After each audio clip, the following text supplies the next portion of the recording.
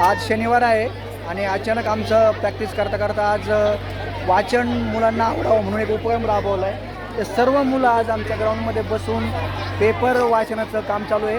त्याबद्दल आपण काही ना प्रतिक्रिया विचारूया.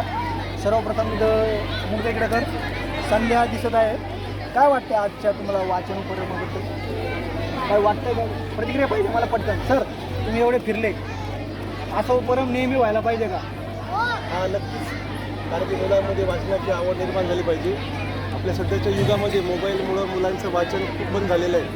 मोबाईलमुळं वाचन बंद झाल्यामुळं मुलांच्या विद्येमध्ये कमी नॉलेजमध्ये कमतरता निर्माण झालेली आहे. त्यामुळे जर आपण वाचाल तर वाचाल, त्या म्हणीप्रमाणे आपण नेहमी वाचलं पाहिजे. थँक्यू. छानपैकी आता काही मुलांच्या प्रतिक्रिया घेऊया आपण. आता आमचं चॅनल पोहोचला आहे. यावरती 6वी अनिशा हुशार मुलगी आहे, तिला विचारू आपण काय फायदा आहे आजच्या वाचनाचा. बोला. सगळ्यांना वाचता येईल. बोल ना, तिकडे पाहून बोलायचं. तिने सांगितलं सगळ्याला वाचता येईल, एवढंच कळलं. काही याचा अर्थ काही मुलांना वाचता येत नाही आहे. प्रतिक्रिया घेण्यासाठी आपण आता कोण प्रतिक्रिया देऊ शकतं आपल्याला? कोण बोलते? अरे श्रद्धा इथं, आणि तिने पण आत्ताच आमच्या ब्रँड प्रतिक्रिया छान केलं. पेपर वाचल्याचा काय फायदा होतो सांगा.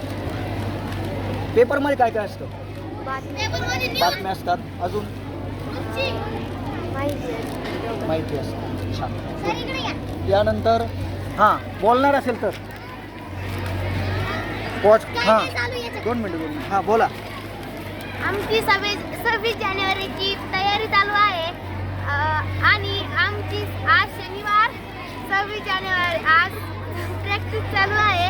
तर काही मुलं अभ्यास करत नाही म्हणून सगळ्या सरांनी ठरवलं की सगळ्या मुलांना वाचन करावं. तर आम्ही हा पेपर वाचत आहे. सगळ्या मुलांना मी कायम सांगत असतो की अभ्यास आणि पुस्तकासोबत पेपर वाचन असलंच पाहिजे. सकाळ, लोकसत्ता असे जे पेपर उपलब्ध होतील ते. तर यानंतर अनिशा बोलते. हां पटकन बोला. भारतात काय काय चालू याच्या घडामोडी सगळ्यांना कळतात. भारतात काय काय चालू याच्या घडामोडी सगळ्यांना कळतात. जगात काय काय चालतं लेटेस्ट करंट नॉलेज मिळतं म्हणून सुद्धा पेपर आवश्यक. या ठिकाणी इयत्ता 9वीच्या वर्ग शिक्षिका रत्नबर्ते मॅडम सुद्धा मुलामध्ये इन्वॉल्व आहे. या उपक्रमाचा काय फायदा आहे तुमच्या मते? काय सांगा. मध्ये वाढ होती, त्यांच्यामध्ये थोडं सुरू झालेले आहे आणि एक शब्द आला की अजून शब्द त्यांना सुस्त आहे. तर शब्दकोड पेपरचा एक भाग असतो, त्यामुळे तो एक फायदा होतो इथं. कोणी कोणाला कळायचं? आमच्या 10वीपर्यंत शाळा असल्यामुळे आमचा हा 10वीचा वर्ग आहे आणि ते वाचनात फार तल्लीन झाले. तरी आपण त्यांना प्रतिक्रिया विचारू. पेपर वाचायचा त्यांना मी अगोदर पण सांगितलं होता, पण पेपर वाचायचे काय फायदे होतात ते त्यांच्याकडून ऐकून घेऊ. यामध्ये प्रणाली बोलत आहे. पेपर वाचल्यामुळे जगभराची माहिती, जगातली माहिती होती. काय काय असतं पेपरमध्ये?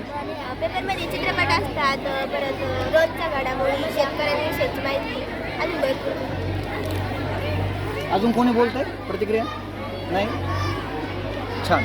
बऱ्याचशा उपक्रमामध्ये सहभागी होणाऱ्या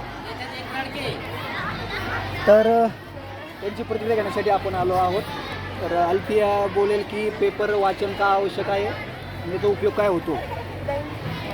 दैनंदिन जीवनात आपला पेपर वाचणं खूप आवश्यक असतं, जेणेकरून आपल्याला जगात काय चालू आहे याची माहिती चांगल्या प्रकारे मिळते. तुम्ही 10वीला काय उपयोग आहे पेपर वाचण्यासाठी? 10वीचं सिलेबस पेपरमध्ये, लोकमत पेपरमध्ये 10वीचं सिलेबस चांगल्यापैकी येतं. त्याच्यात नोट्स येतात, जेणेकरून आमचा अभ्यास त्याच्यात चांगला होऊ शकतो.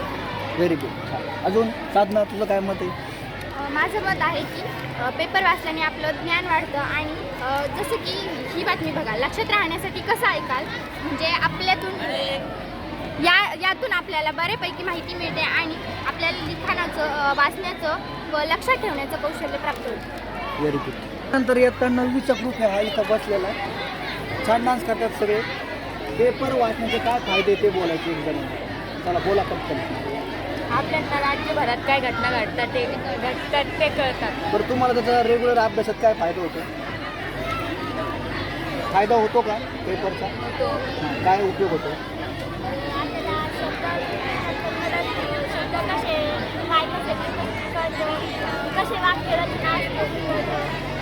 Very good.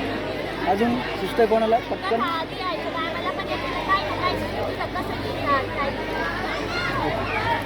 त्यातली एक आहे भक्ती इथं. पेपर वाचण्याचा काय उपयोग होतो ती सांगेल तुम्हाला.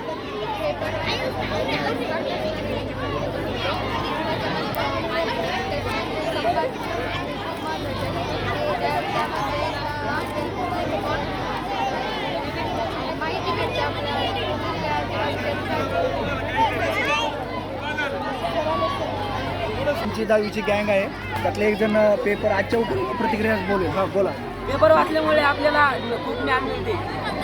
जगात काय चाललं ते कळते आपल्याला. एवढंच असतं पेपरमध्ये, बाकीचं काही नसतं. पेपरमध्ये काय काय बातमी असतात, कशा कशाच्या बातम्या असतात? भारतातील घडामोडी सगळ्या असतात. भारतातली सगळ्या घडामोडी पेपरमध्ये असतात. अजून आपल्याला जनरल नॉलेजची माहिती होती. Very good.